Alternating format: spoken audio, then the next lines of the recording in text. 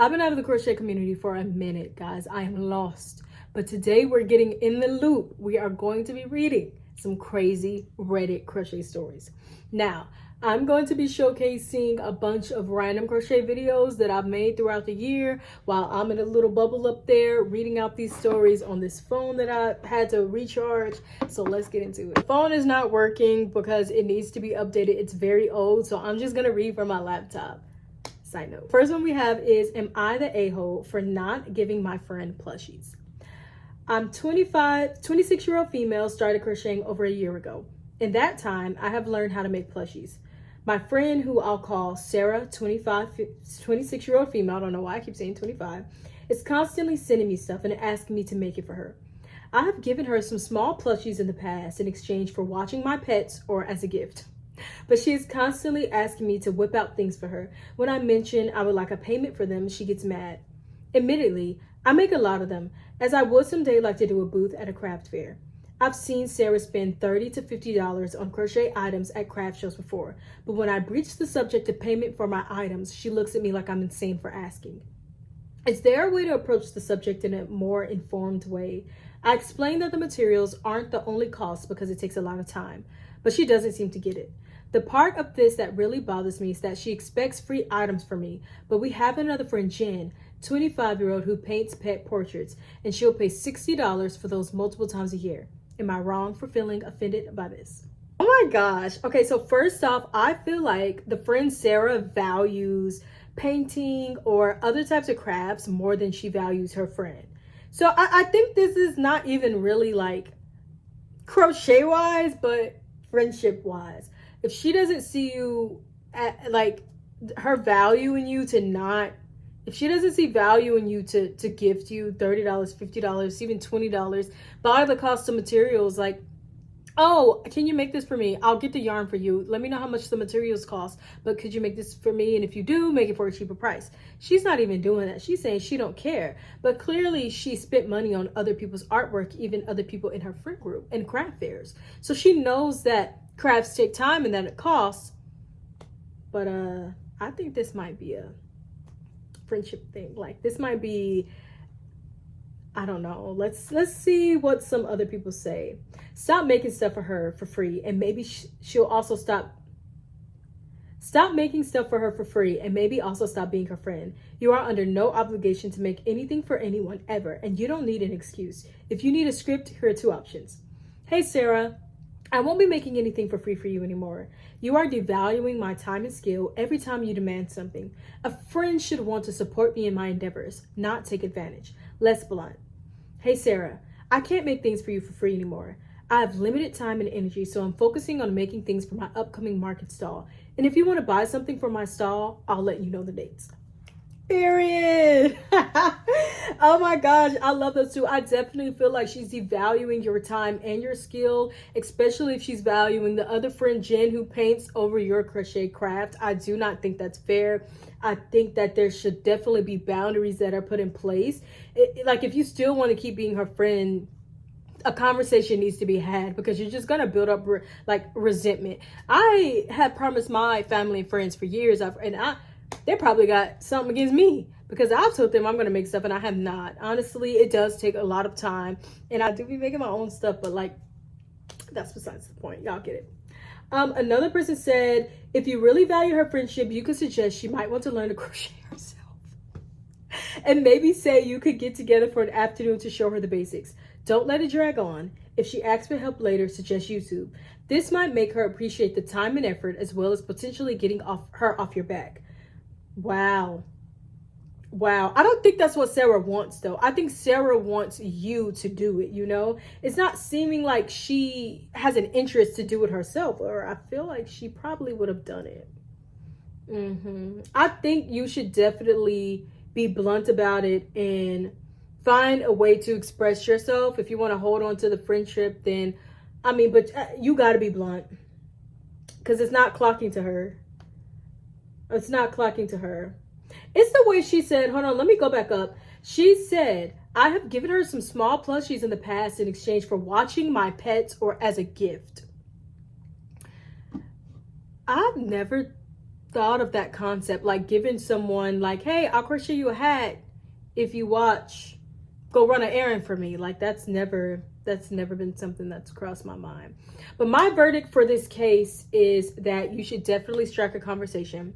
If you still want to be friends with her, then you have to set boundaries. You want to be around people that value you, that uplift you.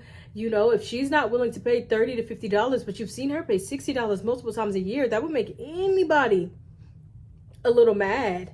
That would make anybody a little mad. Wow.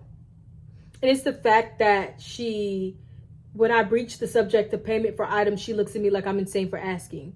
Wow. So but it feels like that. Like for crochet, it feels like people think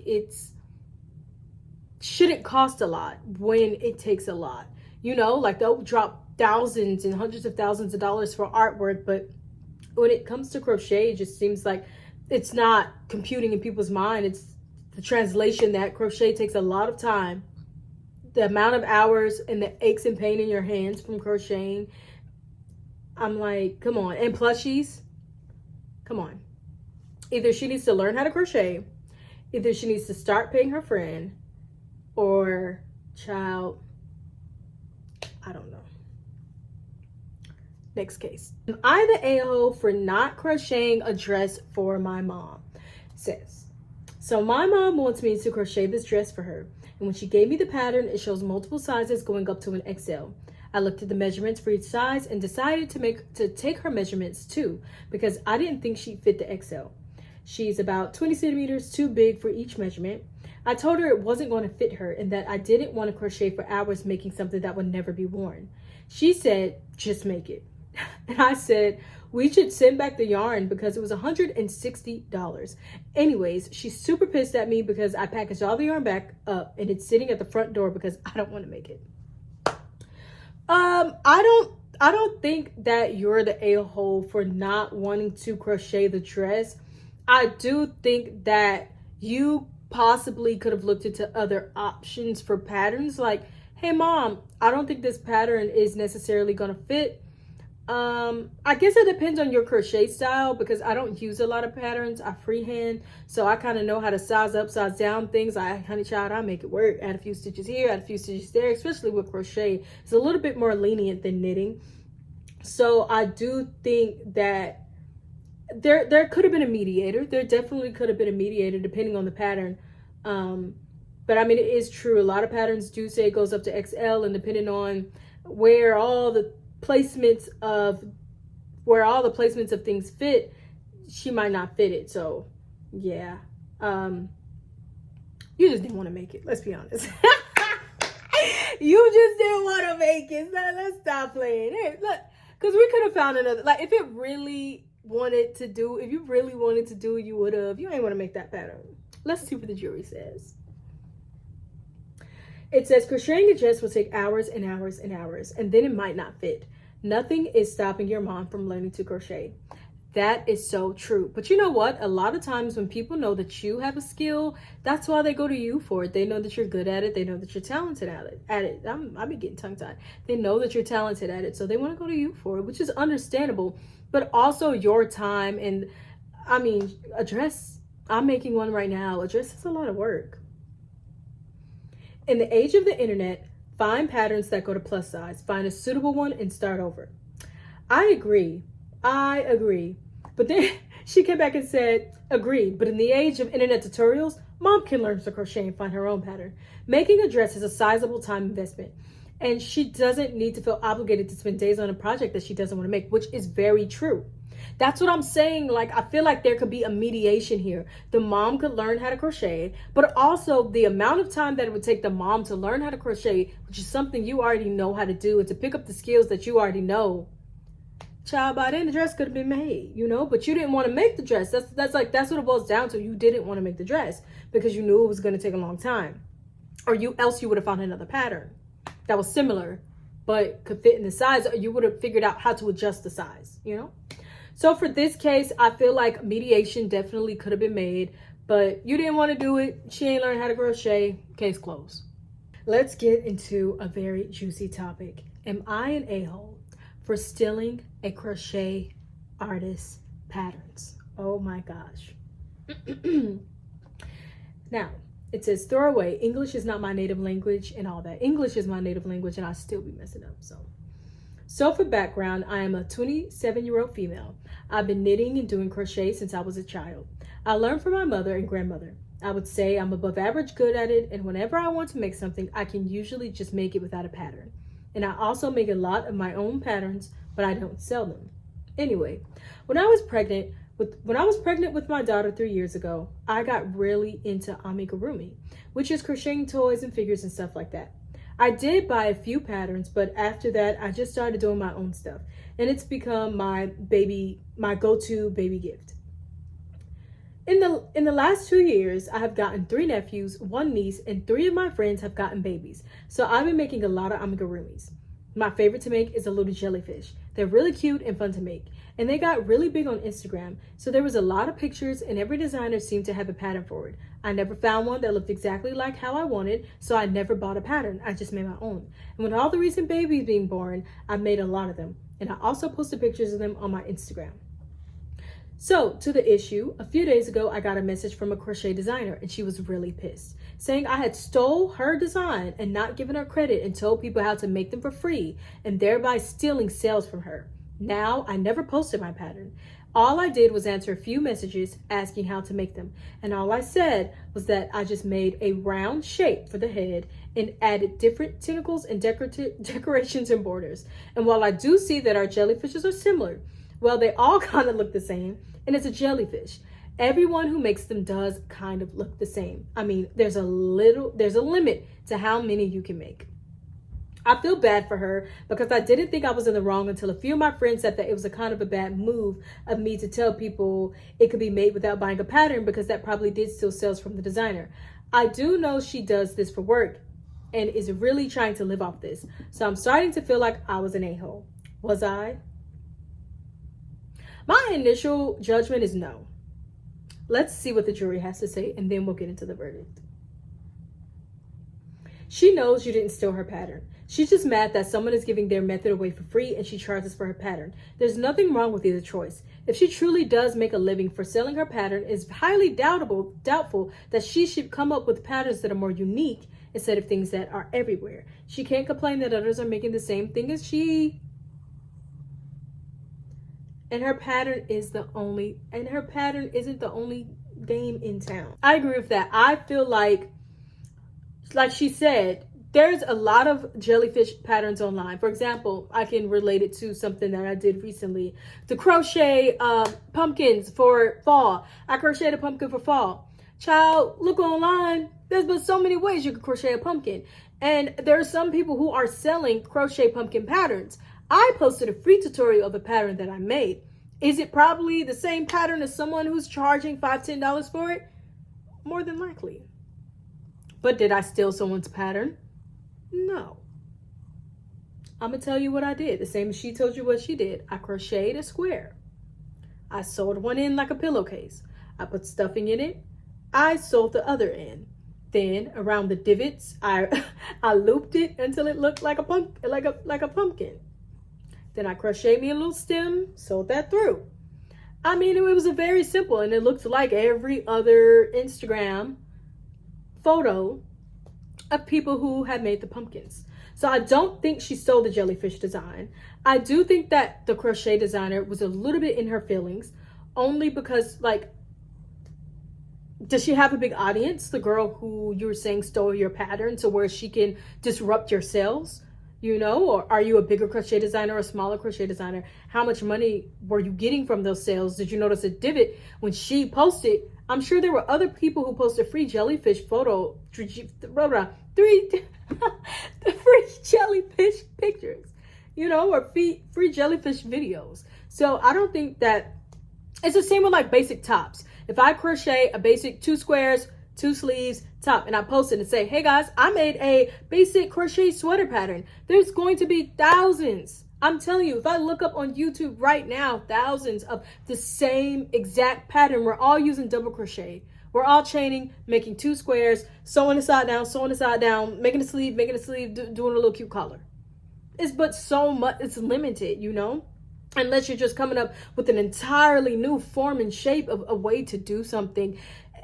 I don't know, it becomes a touchy subject. So my verdict is you didn't steal her pattern. She's being a little touchy about it, and keep making your jellyfish. There's going to be free patterns of the same thing. And okay, so this is for example as well. There's some people who will see a pattern that's paid and go find a similar one, not exactly the same, similar pattern for free that looks like the pattern that you could pay for. Are they in the wrong for making a pattern that doesn't cost anything? Is that taking away sales? If you're gonna buy, you're gonna buy. If you're not gonna buy, you're not gonna buy. That's my verdict. Next case. I an a-hole for telling my coworker I don't need to stop crocheting while on break because they are there. Okay. This is my first time posting. Sorry about the long post, but I need to get some different. Let me reread that. This is my first time posting. Sorry about the long post, but I need to get some different point of views on this. And sorry in advance, I'm not a great speller. Sorry if there are mistakes.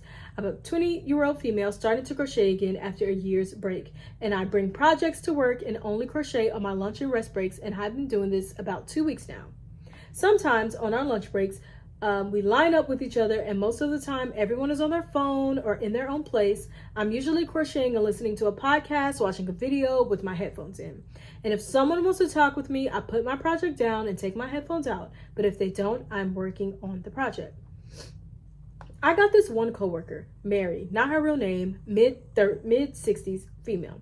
About 2 days ago, she came into the break room and I was already there and I'm crocheting. When I saw her, I said hi and I smiled. Then went back to my project. She sat down and was on her phone. About 10 minutes goes by and I feel a tap on my shoulder. I look up and I saw Mary. So I stopped crocheting and paused. What was I listening to? I asked Mary what's up, and she said it was rude to be crocheting while she was there. I'm surprised that she's basically always on her phone and watching videos without headphones so people can hear what she's watching, which is usually Facebook Reels. And I apologized, but said I am not stopping crocheting on my lunch break because she's there. She got mad and complained to my manager about me.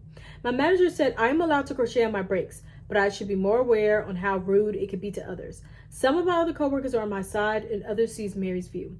I've been staying away from Mary at the moment, but I don't know.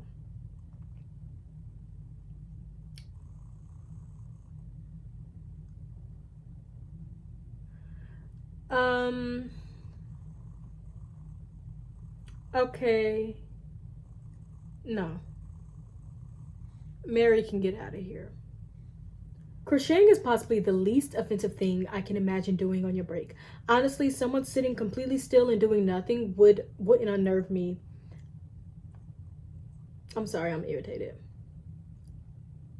If I saw someone doing that, I would probably encourage them to take up knitting again and start a lunchtime art club. The gall of blasting a freaking Facebook reel on speakerphone lady to lodge a complaint with the manager that nice, quiet, polite, earbud-wearing crochet lady is rude is mind-boggling. Seems like Mary is a bully who thought she could establish dominance, perhaps because of her social awkwardness and kind nature. Yeah, I agree.